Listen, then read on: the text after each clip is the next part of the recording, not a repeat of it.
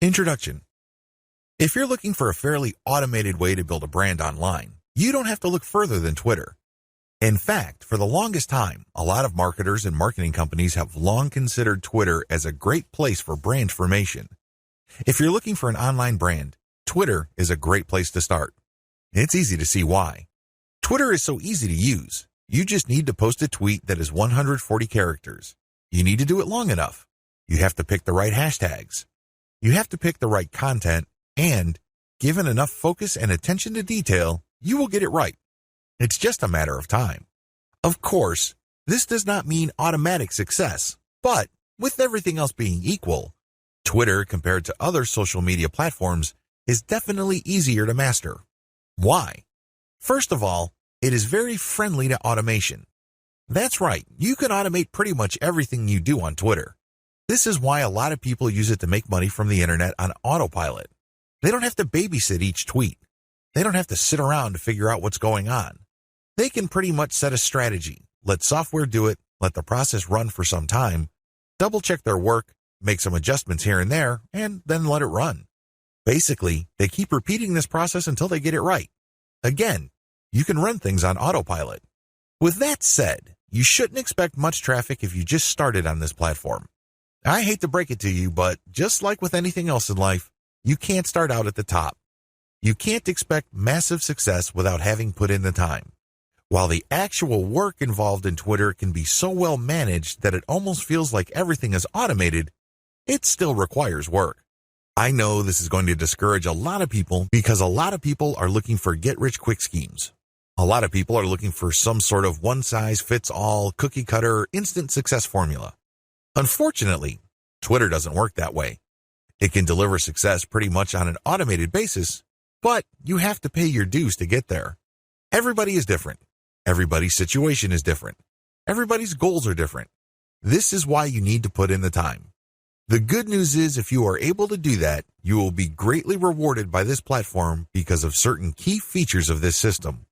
What is so great about this platform is that it has fairly easy mechanics. It really does. When people use Twitter for the first time, they just tweet away.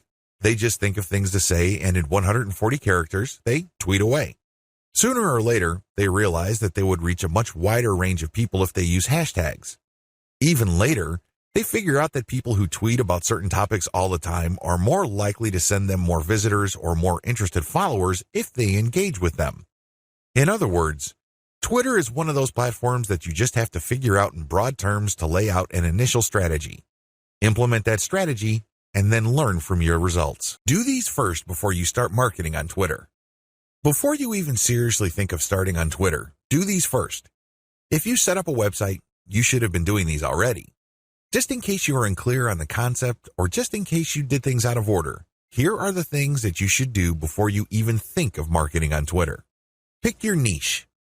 It's really important to understand that if you want to be successful on the internet, you must have a laser focus on how you're going to make money. A lot of people are clueless regarding this. In fact, a lot of them think that they just need to buy a system that somebody else has built and they will make money. What they're really saying to themselves is they're too lazy to think through their online business. That's always a dangerous proposition because when you let another person do your thinking for you, you're going to have to deal with the consequences. You have to understand that when people build systems for others, they're usually trying to cut corners. They're trying to make the most amount of money with the least amount of effort. Do you think they have your best interest in mind with that attitude? Of course not. This is why it's a bad idea to let somebody else pick your business for you. You have to do it yourself. You have to know what you're doing.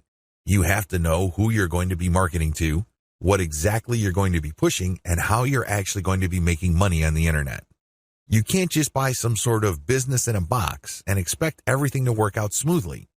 That happy ending that you may have been dreaming of may be a very distant and even impossible dream. Why? You just didn't step up. You have to do all of this yourself. The most important is to pick a niche. A niche is a subject matter category or some sort of category for whatever collection of needs you are trying to address. What kind of problems do the products you are promoting or the website you are building address? Pick that niche. Understand how that niche compares with other niches. Understand whether it fits your amount of resources and your expectations. Build a site. You can outsource this. You can create a site that addresses your niche.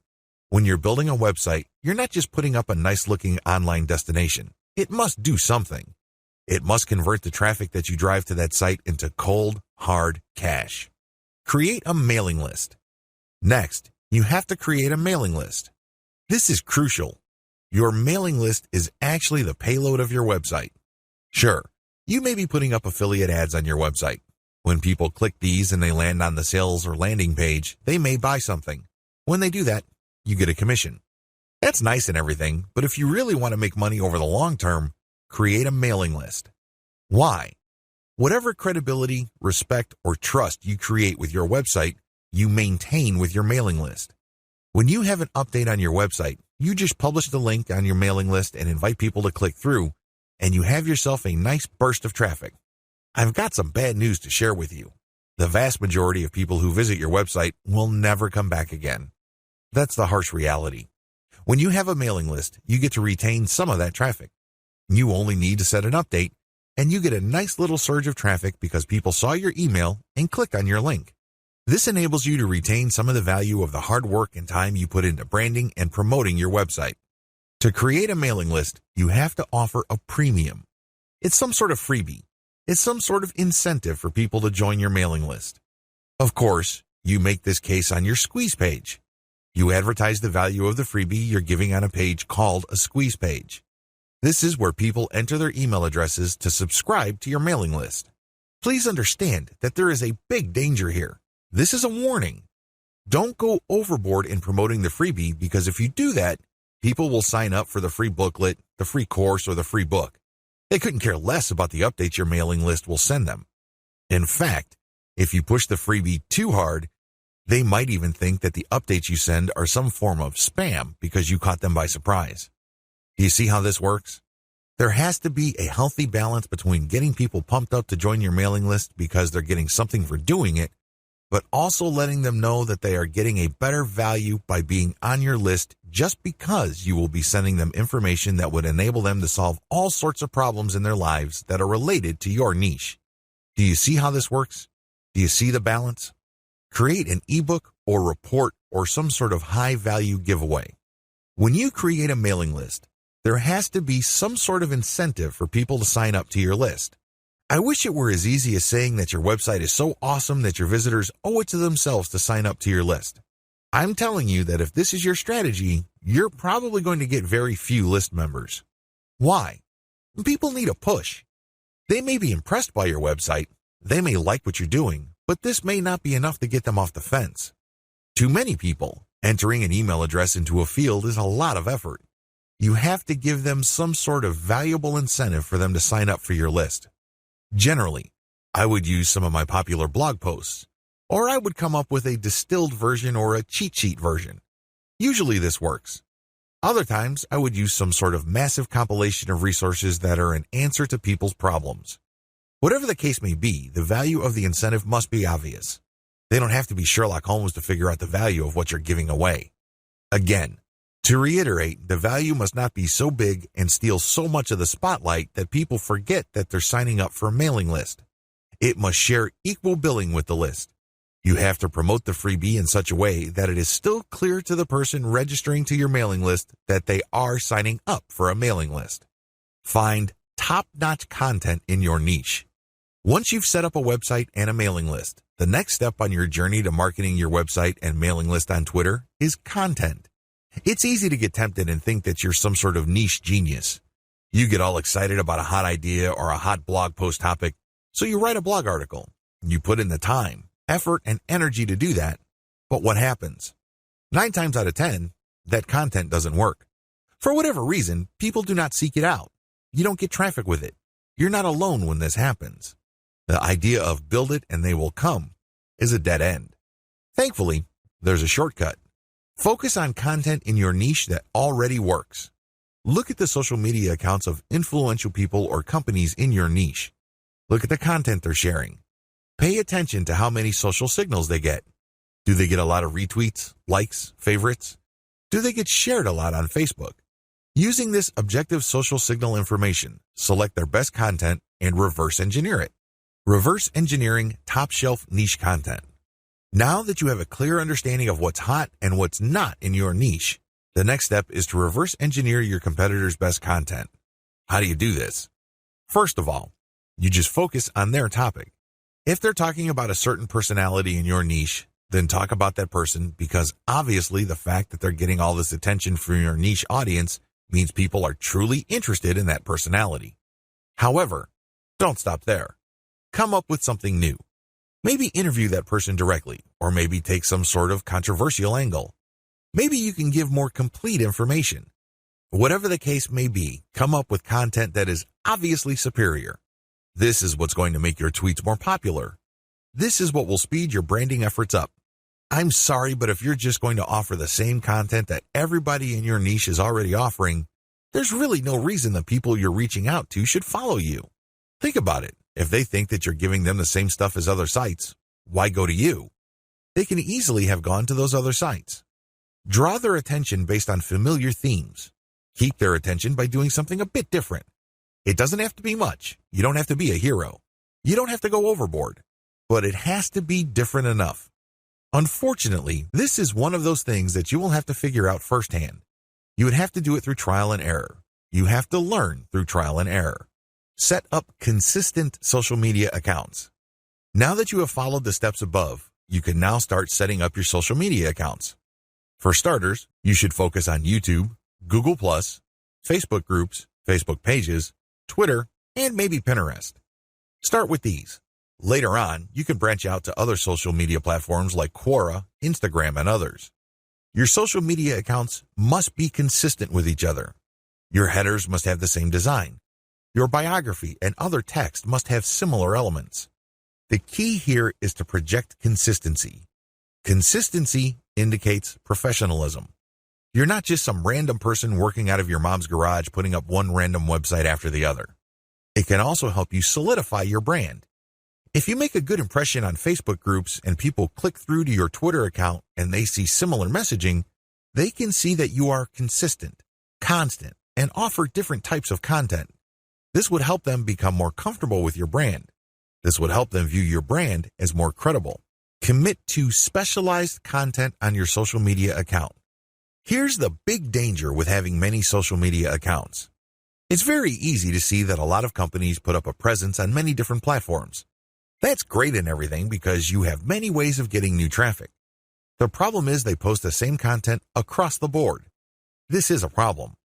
When people approach your brand on Twitter, they're looking for content that is slightly different from the content they would expect on Facebook groups, your Facebook fan page, and definitely your YouTube channel. You have to be aware of these different expectations and give them what they're looking for. Oftentimes, this is as simple as the form of content you offer. Obviously, when you're on YouTube, it would suck if you just offer blank videos of somebody reading your articles. That's not going to work. At least bother to use slideshows with the article. Preferably, you should have some sort of video spokesperson who speaks directly to the people during the video. Each platform's content must maximize the format requirements of that specific platform. Get ready to go manual or full auto. At this stage, you have set up your Twitter account. It is brand consistent. You already have lined up the best content you have researched from your competitors. This content has a lot of likes, shares, comments, and other signs of engagement. This is third-party content produced by others. When people click the link, they go to somebody else's website.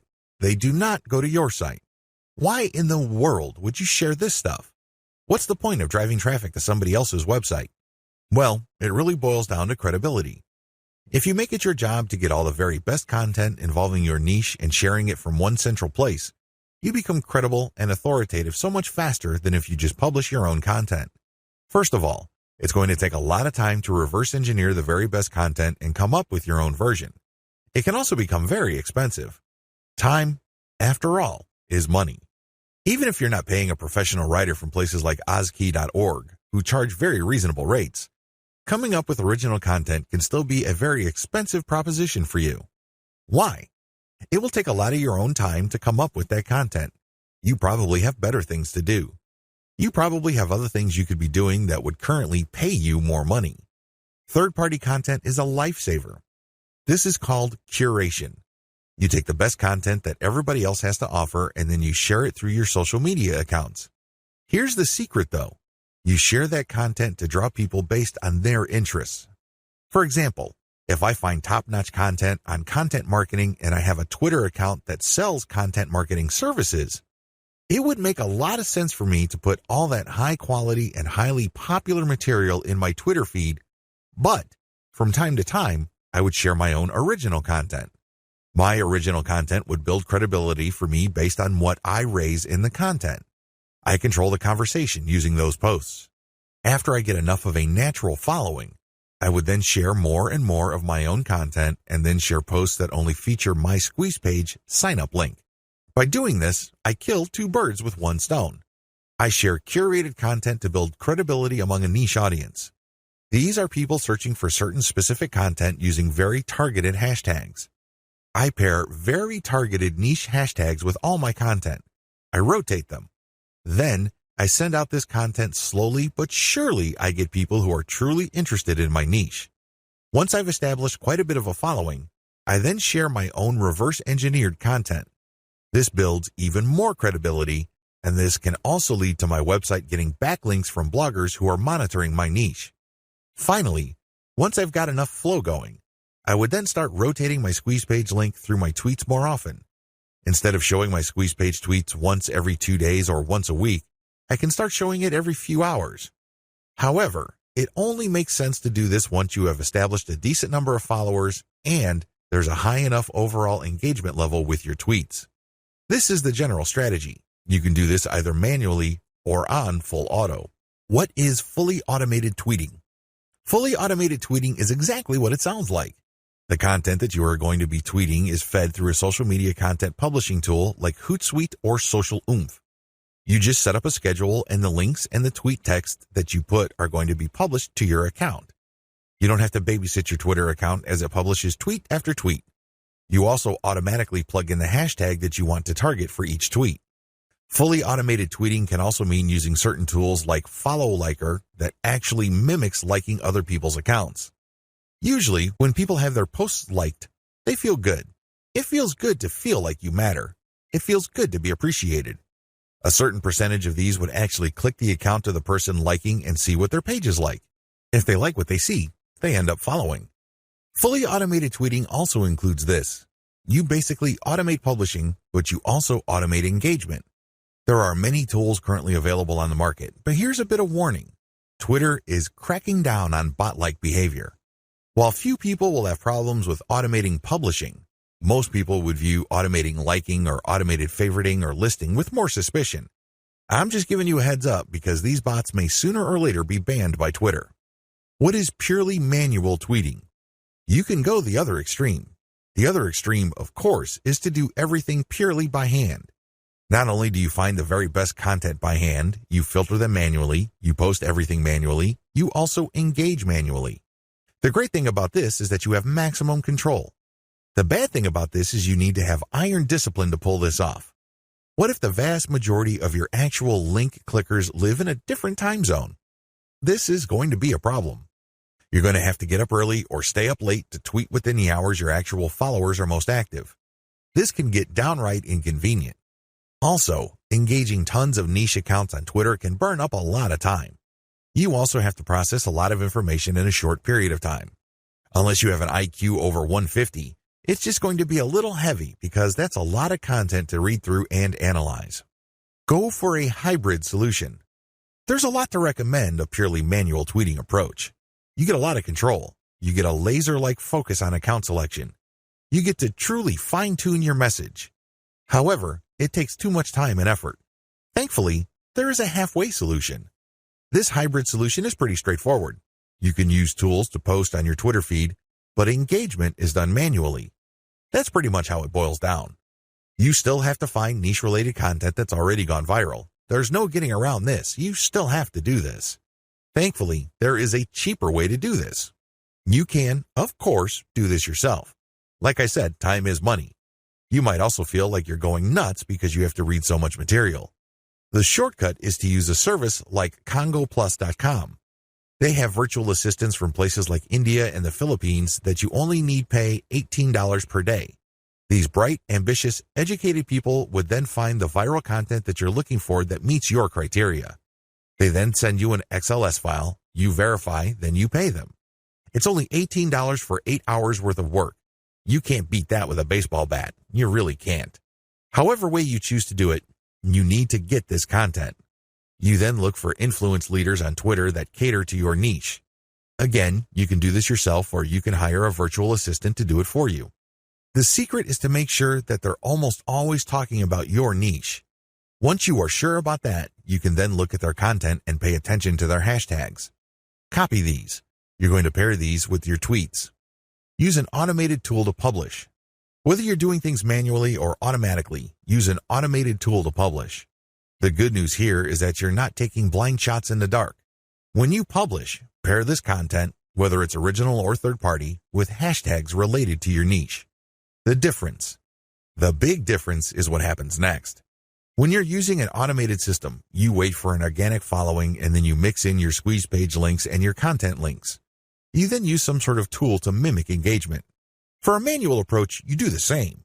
You wait for an organic following to increase and then you mix in your own stuff. The big difference is you invest 1 hour per day doing manual outreach to influencers in your niche. You should already be doing this because these are the people you got your hashtags from. Remember? The extra step that you need to take is just to engage with them. Tell them that you like their content. Manually like their stuff. Click the heart icon or retweet. Do whatever you can to get on their radar. One-to-one or person-to-person engagement is crucial. You have to get on their radar. Again, you can try to automate, but it can be ham-fisted. Also, it may be so obvious or clunky. Worse yet, Twitter might be cracking down on engagement automation, so this option may not remain open for long. Manual Twitter marketing. Assuming that you have decided to go the manual route, here's what you need to do. You have to budget your time. If you think you only have 1 hour to spare, make sure you give it at least 1 hour. This means stick to 1 hour exactly or go a bit over, but you need to make sure you put in the time. Find niche leaders. First, you need to find people's Twitter accounts who talk about your niche. Enter the keywords related to your niche into Twitter to find those accounts. How do you know these keywords? Where do you find these keywords? Here are the steps. Create a Google AdWords account. Don't get scared, this is free. Create a free account. Use the Google AdWords Keyword Planner tool. Enter websites that you know are competitors of yours, and alternatively enter well-known websites that you know are in your niche. You should get a nice listing of keywords using this technique. Once you find these keywords, look up those keywords to find even more related keywords. Make sure that these keywords get a decent amount of traffic. Read these keywords and be convinced that they are actually related to your niche. Once you have a nice clean list of keywords, plug this into Twitter to find accounts. There's a shortcut to this. You can use Congo Plus's $18 per day virtual assistants to do this for you. For only $18, you get a person's full 8-hour day of labor. This person can use Google AdWords for you, find the right keywords, filter the keywords, go through Twitter, find the accounts, get the hashtags, and follow those accounts. Follow real niche-specific accounts. Once you've done the above steps, you should be able to identify the accounts of people in your niche on Twitter. This is where you need to make a judgment call. You need to look at enough of their tweets to see if this person truly cares about your niche. Is this person really a niche expert, or does this person tweet about your niche from time to time? These are two totally different things. Follow real niche leaders. What are the benefits of manual Twitter marketing? When you identify and engage with niche leaders on Twitter, you get the following benefit. First of all, you get niche-specific hashtags. Second, you get a chance to get on the radar with people who are really experts or authorities in your niche. These people can open a lot of digital doors for your business. They can retweet your actual content. This can lead to niche-specific audience members visiting your website. They can interview you and possibly link to your website. You can interview them and establish some sort of professional friendship. You can get invited to conventions or symposiums or workshops. These can be tremendous networking opportunities. There are just so many ways you can benefit when you reach out to people who are already established authorities in your niche. Don't be antisocial. Don't think that you can be successful just with your own efforts. It doesn't work that way because there is a network of really credible people on Twitter already who have the influence that you're looking for. Why not just piggyback on their influence? Why reinvent the wheel? Manual tweeting, pros and cons. Manual tweeting, as we have defined, involves automated publishing of content that you have manually selected. This is content that you have curated. The publication is automated, but your engagement is manual. You're going to find niche-related accounts. You're going to engage with them manually. You're going to tweet, leave comments, so on and so forth. Here is how the advantages and disadvantages break down. Pros. The first advantage is to get a higher level of engagement. You actually get to say to these people what you think. You get to interact with what they have to say. Maybe they're critical about your idea, so you explain your position to them. You give them a counter-argument. You ask for examples, or you rebut what they have to say. When you do this, you're not engaging in a pissing contest. Let me be clear, this is nothing to be emotional about. Instead, you use this as an opportunity to prove to them that you know what you're doing. True experts will accept the fact that not everybody will agree with them. When these experts are satisfied that you argued your position well, even though you don't agree with them, they respect you. They also respect you when you give them information that they may not know. This can lead to instant expert status. You only need to do this a couple of times with the right people and, believe me, they become your cheerleader. Another advantage is you get access to a pre-qualified niche audience.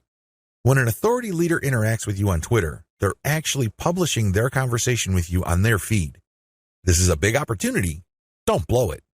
When they respect you enough to keep responding and you give them one top-notch answer after another, they might even retweet a tweet of yours. This is a bonanza. Why? These people are already experts on Twitter in a specific niche field. This means that they have attracted people who consider them authorities. When they engage with your content to the point that their followers see your brand and your content, you get access to that audience. Psychologically, people would see if the person that I respect and admire so much respects this other person who I don't know enough to engage with them respectfully. I should pay attention. If this keeps up and the person who they follow keeps repeating your stuff or keeps engaging with you, it's only a matter of time until some of their audience members would jump over and follow you as well. Please understand, this is not a zero-sum game. It's not like they would unfollow the one expert to follow another expert. Instead, they're already following one expert and they would just follow another expert. They would be following an additional expert. You're increasing the social influence pie instead of fighting over somebody else's influence. They're not losing out. Another advantage to manual tweeting is the speed at which you get backlinks. I cannot emphasize this enough. If you want to boost your website's SEO and you want to get more search engine traffic, you will need backlinks. You can get this much faster when you do manual engagement. The people you're engaging with are in a better position to see that you know what you're talking about. You get to earn their trust and their respect faster. Once this happens, they are more likely to interview you or share content that you posted on your website. Whatever the case may be, this produces a backlink. This backlink really is a measurement of respect for your authority or an acknowledgement of your credibility. It acts as a vote of confidence. The more you reach out to a lot of authorities, the more high-quality backlinks you get. This can boost the overall ranking of your website. Finally, you may be invited to speak at conventions, workshops, or seminars. People might ask you to submit an original article that they would be publishing somewhere else. Best of all, you may get introduced to a big player in your industry. You might get a job offer. You might get some sort of consulting opportunity. Honestly, the range of opportunities available to you is endless. You just need to get out there. The best way to do this online is manual tweeting because you are in full control of your engagement, you craft the public persona you project, and this enables you to be more aware of opportunities as they flash into existence. Disadvantages. The big cons against manual tweeting should be obvious. It takes a lot of time. That's all I need to say. It should be self-explanatory. Second, it's content intensive. While content curation can help you tremendously, it can only go so far.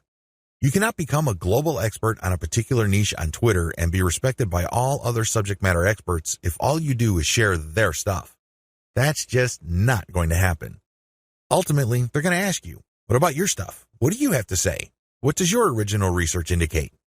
You don't want to come up with a zero when asked those hard questions. Finally, there is no assurance that you will get some sort of alliance. I hate to say it, but certain niches really don't get much coverage on Twitter. You might be able to interact with a high level of niche authorities on Twitter, but that doesn't necessarily mean that they operate blogs that can then link to you. Still, on balance, Manual tweeting on Twitter delivers more benefits than its costs. Manual Twitter follower generation. How do you generate followers organically on Twitter using a manual technique? It's as basic as finding niche-specific accounts and finding their followers. Follow these niche-specific accounts, but pay attention to their followers. Follow followers who you know are truly interested in your niche. This requires research. You actually have to look at their tweets or look at the stuff that they're retweeting.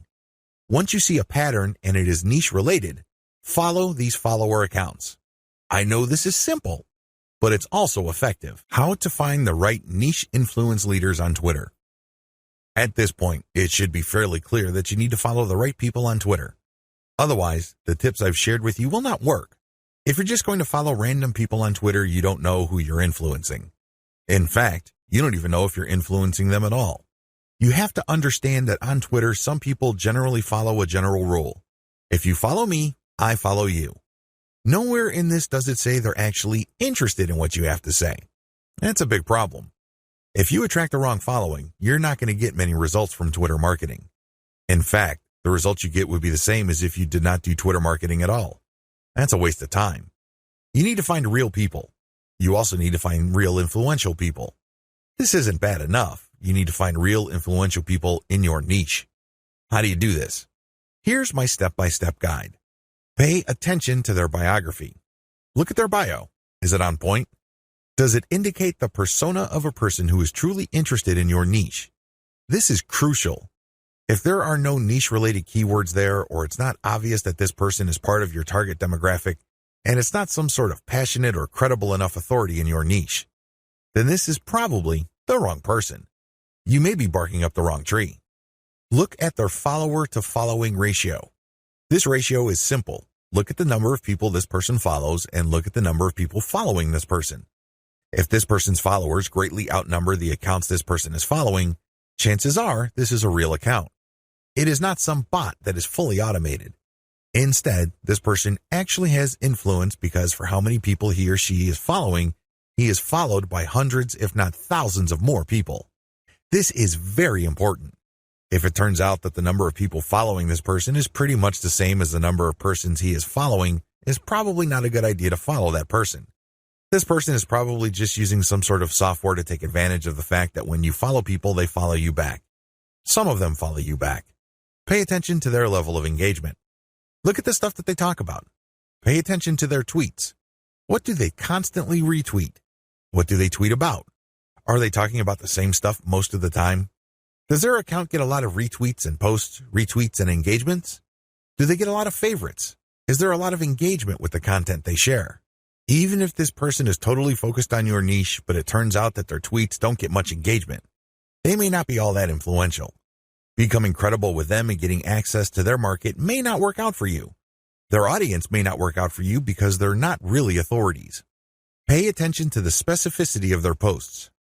Look at their posts. Here's a rule of thumb. If 80% or more of their posts have something to do with your niche, follow them. Follow them if all the other points I raised above apply. But if it turns out that this person's bio is on point, it has more followers than the accounts that he or she is following, it has a high engagement level, but this person focuses on generalized content, this person may be a dud. In other words, this person is some sort of Twitter celebrity. This person is only an authority because of their personality and not much else. They're not an authority because they focus on a niche. They're not an authority because they are truly passionate about a niche. People only follow them because they think their personality is interesting. So, what you get is some sort of individual celebrity market. That's not what you're looking for. You're looking for a niche audience. Follow and engage. So, what do you do when you find a niche-specific and truly authoritative account on Twitter? First of all, they have to meet all the criteria listed in Video 5. Assuming they pass with flying colors, you follow them. Don't stop there. This is just the beginning. Once you follow them, you engage. Now, a lot of people have all sorts of misconceptions regarding what engagement means. Some people think that if they just click the heart button that they are engaging.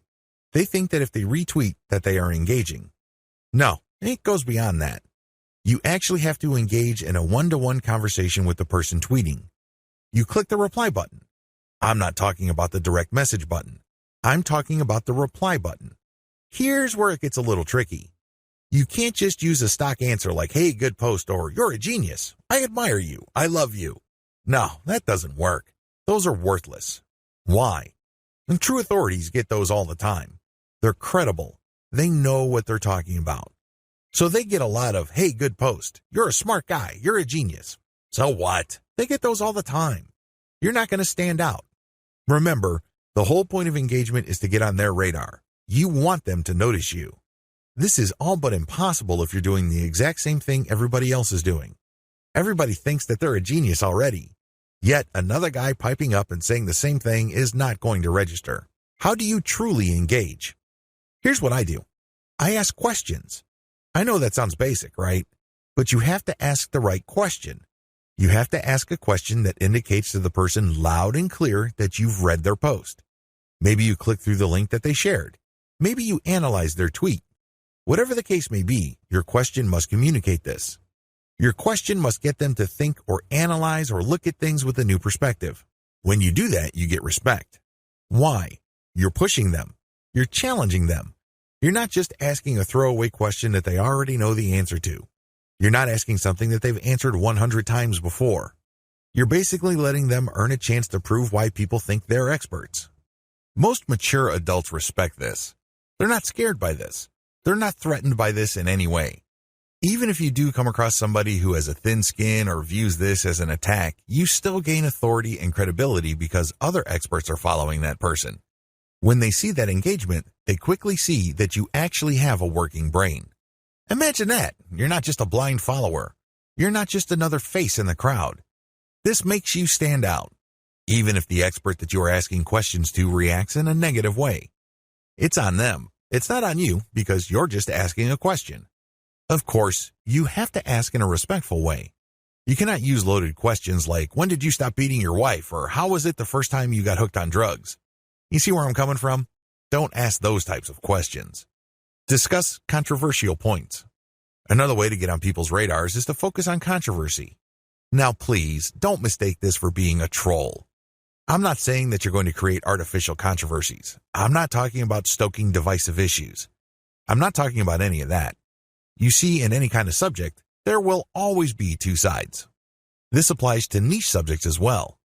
There's always the conventional wisdom, and then there is everything else. What if there are techniques or approaches or strategies that would get better results? For some reason or other, these are just not talked about. For some reason or other, these are kept under the rug.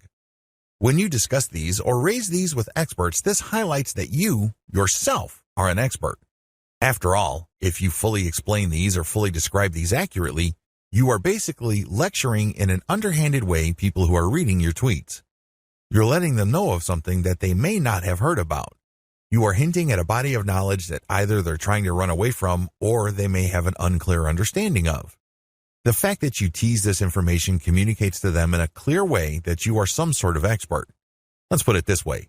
You stand out from the crowd, and you're not just this random person saying, hey, good post, or you're a genius, or what do you think about this topic, which has been raised millions of times before. Whatever you do, focus on real engagement. This is the bottom line. Real engagement means real person-to-person contact. This means picking somebody's brain. This means sharing information on a real profound personal level. This may not be always comfortable. It definitely is not always convenient, but it's absolutely necessary. You have to reach out. You have to engage. You have to communicate. You have to get the point across. This doesn't mean that you have to always be 100% in agreement. However, it means that you do have to always be 100% respectful. I know this is hard to do if the person you are engaging would feel threatened or get soft on you in the worst way. It's very tempting to fight back. It's very tempting to push back. Fight fire with fire, right? Well, here's the thing. If they act in a very unprofessional way and you keep your cool, who wins? Your brand wins. People start seeing you as an authority. People start seeing you as an alternative. This is how you get on the radar. Either things work smoothly and they agree with you and will love to help you, or things don't work out. When things don't work out, you can still win. How? Through your professionalism. You just have to control your emotions. Twitter is notorious for flame wars, troll attacks, and all sorts of hassles. But if you're able to keep your head together and focus on what you're trying to accomplish, things will work out for the best. What happens when you reach high engagement levels? A lot of people who are getting on Twitter measure their success based on three things. One, according to one school, you measure your success based on how much raw traffic you can pull from Twitter. Ultimately, this is the right answer because, at the end of the day, you need traffic to get conversions. There's no way around this fact. You can talk a big game about branding. You can talk a good game about becoming an authority. This is all well and good, but until and unless they translate to real traffic, you're not going to make money. You have to get real visitors to make money on the internet. But using this metric as your sole metric is going to be a problem. Why? Normally, you have to build a very high level of engagement and high level of authority for you to get a sizable volume of direct traffic from Twitter. The good news is that the traffic that you do tend to get would be qualified traffic. These are people who are not curiosity seekers. These are people who have nothing else better to do than to click random links. These are usually people who are interested in whatever it is you are saying, and by extension, whatever it is you are promoting. Another way to measure success on Twitter is the number of retweets you get. Again, this is good because it ultimately leads to traffic. However, in itself, it doesn't really lead to much. The same applies to people clicking the heart button that they like your stuff. They favorite your stuff. That is all good. It definitely is a great boost to the ego. But until it translates to traffic, it's really not worth much. Here's my answer. The obvious answer, of course, is traffic.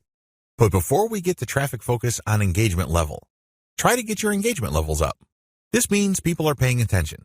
This means people view you as an actual credible and authoritative expert. This means influence. If you have high engagement levels, a lot of things open up for you.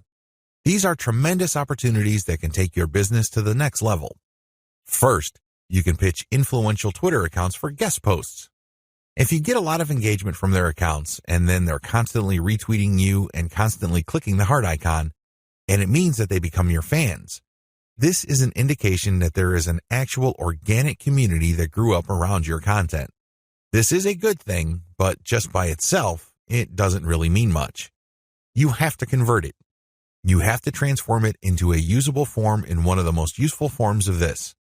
Usual payouts of this level of influence with influencers are to pitch them for guest posts. Now, of course, this means that they have to have a blog that's credible and has great SEO value in their niche. But assuming that's true, pitch them for guest posts. Don't be shy. It doesn't hurt to ask if they say no the first time. Continue to engage with them. Be a buddy. Challenge them. Test them. Earn their respect some more, and then pitch them again. Keep pitching until you get that guest post. Because sometimes you have to knock many times before the door opens. That's just the way things are. Keep pitching because for every single guest post you get, you may get a nice boost in Google search results. You probably don't need me to explain to you why that's a good thing. Ask for interviews.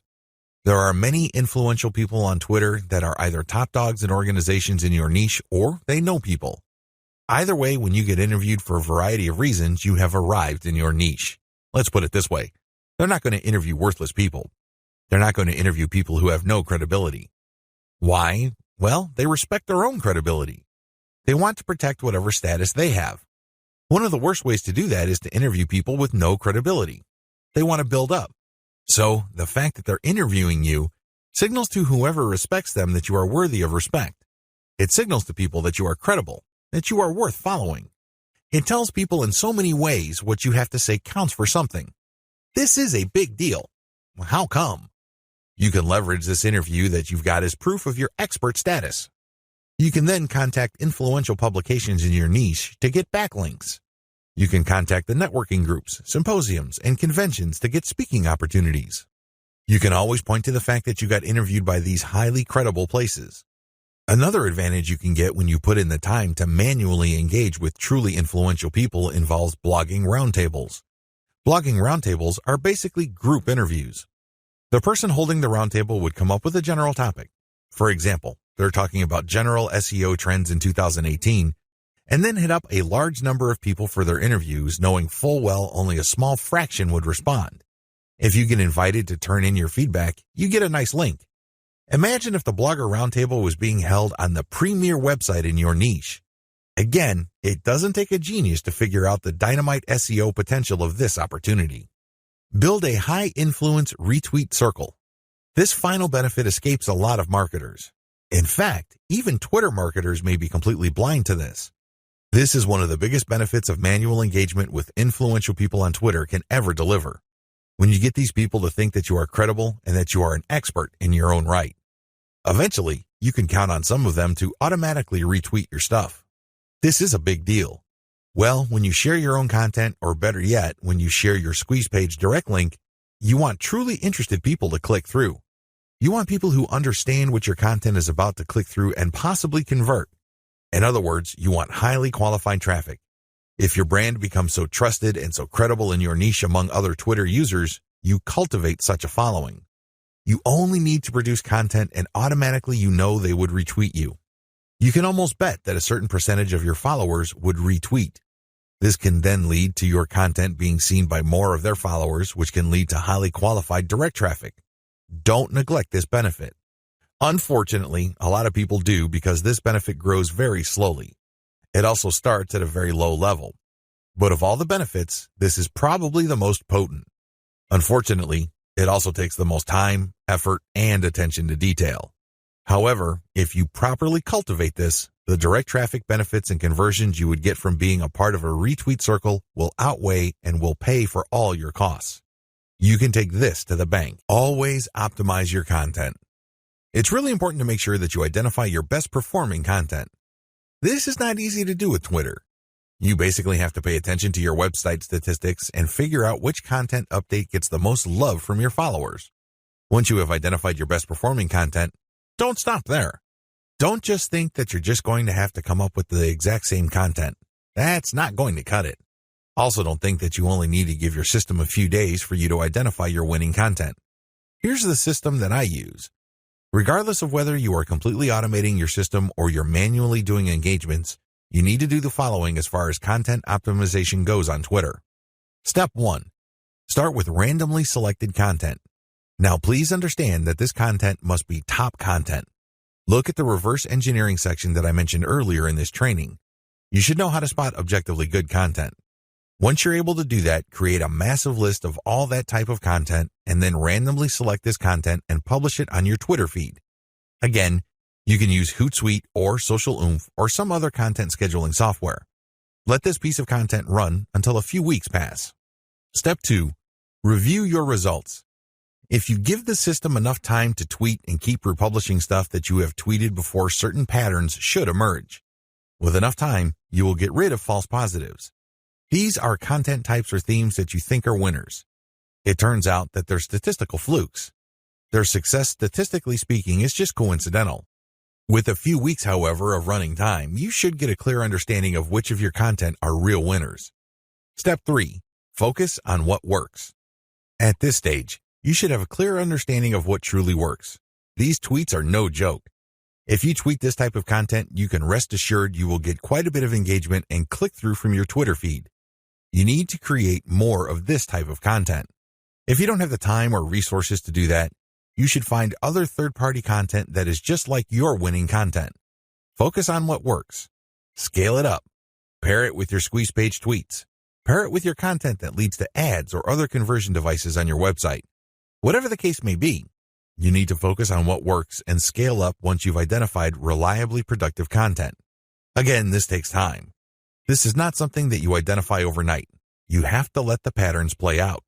You need to let the statistical flow of your traffic even out over a long enough period of time. If you do this right, you will be able to shift your Twitter feed towards content that has a predictable level of engagement. This paves the way for the success of your Twitter campaign. Cross-feed your content among platforms. If you notice that you have winning content on Twitter, don't just leave it at Twitter. There is a good chance that people on other platforms would appreciate that same content. Take that content and share it on Pinterest or Instagram. If you are sharing third-party videos and they do really well on Twitter, share them on your YouTube channel. Whatever the case may be, cross-feed or cross-pollinate your content among different social media platforms. There's a lot to choose from. There's Pinterest, Instagram, YouTube, Facebook, Reddit, and Quora, among many others. Mix and match. Pick your very best content. Try along different platforms and identify what works. Once you identify that a particular type of content that you tweet also does well on another platform, publish more of that stuff. Scale it up. Leverage the power of questions. One of the best ways to publish content on Twitter is to ask questions. It's really that simple. You ask a question and then you post a link and then some hashtags. The great thing about this question-based tweeting is you get to engage the reader. You focus on a specific point that they may be interested in. If they are, you're more likely to get the click. This is definitely more engaging because you start with a specific need that they have. You're not just wasting people's time by saying, hey, this might be interesting. Who cares? There's tons of interesting stuff on Twitter. People simply do not have the time to consume all that information. One of the best descriptions I have read about Twitter is that it's like drinking from a fire hydrant. There's just so much information to process in a very short period of time. This is why most people who consume a lot of social media content don't bother to read. They really don't. They don't have that luxury. Instead, they scan by tweeting in the form of questions followed up by a link and some hashtags. You take advantage of this fact people only need to see the right question and then you have yourself a click. It fits how people think about and process information on Twitter. Interestingly enough, a lot of marketing professionals are saying that this also creates some sort of SEO signal. This is a big deal because it can give you a search engine optimization benefit. Now please understand that this benefit is very marginal. In fact, spokespeople for Google have spoken up on this issue. For the most part, they said this type of social signal isn't really factored in by Google. However, a lot of professional search engine optimization consultants say that there is an indirect or circumstantial benefit. Whatever the truth may be, we could all agree that if there is a signal that is being factored in by Google, it's going to be a very weak factor. Still, it is a factor. So you raise the question-based format. Use your questions for Quora. Not only do you get to engage your Twitter followers more directly by using questions, you can recycle this resource by posting it on Quora. You're killing two birds with one stone. You are posing a question on Twitter, and then it's copying and pasting that question and posting it on Quora and then posting an answer, or you can look for a similar question that already exists on Quora and answer with basically the link that you are promoting through Twitter. You save on time. You definitely save on effort. Twitter marketing best practices. The first 9 videos of this training step you through the process of Twitter marketing. Whether you're going the fully automated route or you're doing things by hand, you have to use certain best practices. Otherwise, it's too easy for your Twitter marketing campaign to simply fall apart. The vast majority of people who try their hand at Twitter marketing simply do not succeed. It's not because these people are dumb. It's not because these people are hopeless in terms of execution. They just did not have a plan. They also did not follow certain best practices that would have increased their chances of success. Here are just some best practices that I've learned marketing successfully on Twitter for several years. Element by element optimization. When you're optimizing content on Twitter, it's a good idea to focus on one element at a time. What is an element? Well, it's just part of a tweet. It could be the question. It could be the link. It could be the hashtag. When you're optimizing for the highest amount of engagement and click-through, you have to change your tweet section by section.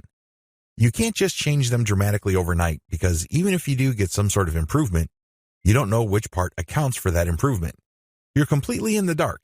On the other hand, if you optimize element by element, you can clearly identify which part you changed and reasonably conclude that this accounts for the improvement. Once you're no longer getting a nice improvement or you peaked with a particular element, then you switch to the next element. With Twitter, this is pretty straightforward. You play around with many different question variations until you get one that gets clicked a lot. Next, you swap out different hashtags until you get something that gets clicked a lot. It seems pretty simple, but it's something that takes place over an extended period of time. It's not something that happens overnight. You just have to pay attention to the trend.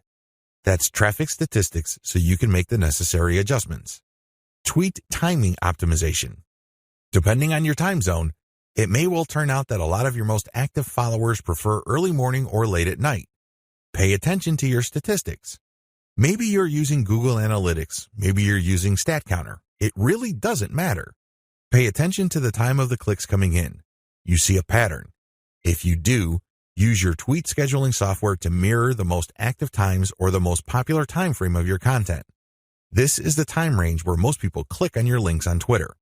Make your decisions based on statistics. A lot of brilliant online marketers fail in the Twitter marketing game because they go with their gut.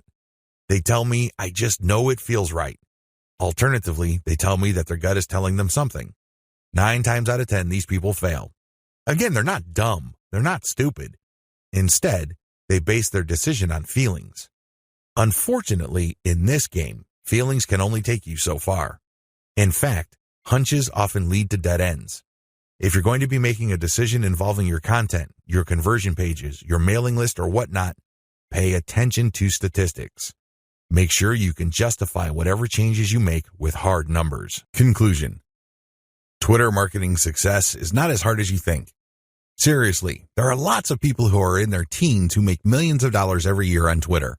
There are lots of companies located all over the world that find clients from Twitter. There are many home-based entrepreneurs such as yourself or digital marketers who make quite a comfortable living promoting online stores on Twitter. What accounts for these individuals' success? It is actually quite simple. They chose to be systematic and methodical. You have to have a system. You can't just do things by the seat of your pants. You can't just do things based on gut feeling. You have to have a way of proceeding because such systems teach you what to look for, how to respond when you find certain facts, and how to optimize your system. You have to be methodical. This means that you cannot put the cart before the horse. You have to follow the proper sequence. You have to look at the right signals. These two factors, system and meticulousness, flow together. It takes quite a bit of time to master this, but eventually you will get it if you put in the time. You have to pay your dues. Nobody will do it for you. I wish you nothing but the greatest Twitter marketing success.